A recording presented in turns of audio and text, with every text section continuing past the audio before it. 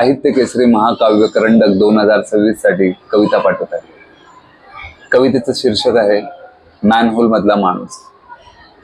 Manhole मधला माणूस जेव्हा डोकावून वर पाहतो, मॅनहोल मधला माणूस जेव्हा डोकावून वर पाहतो तेव्हा मला सापडतं अमावस्येला चंद्र हरवण्याचं उत्तर. मॅनहोल मधला माणूस जेव्हा डोकावून वर पाहतो तेव्हा मला सापडतं अमावस्येला चंद्र हरवण्याचं उत्तर.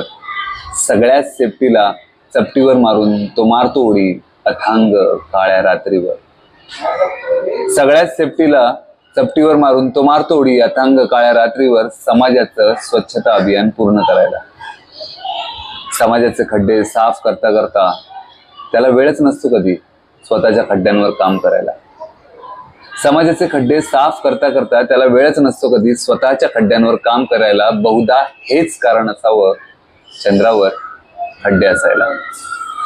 बहुधा हेच कारण असावं. आयुष्यावर लागलेलं ग्रहण तो विसरतो बायकोच्या कुशीत.